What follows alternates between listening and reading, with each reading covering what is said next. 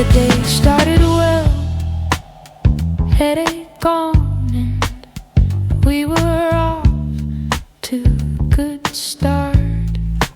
Lovely conversations with my wife's parents, sharing stories and home-cooked food with our son playing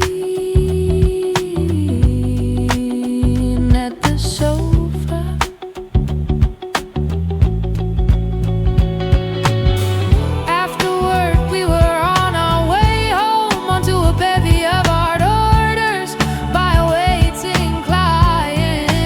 Christmas for some, even after the New Year.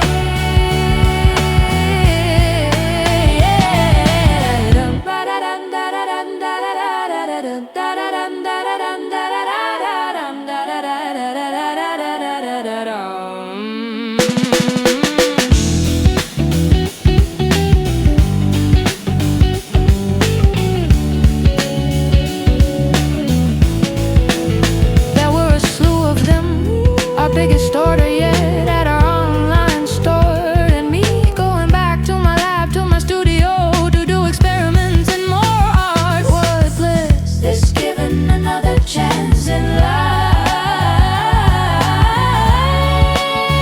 to make art. What blessing this is to bring beauty to life.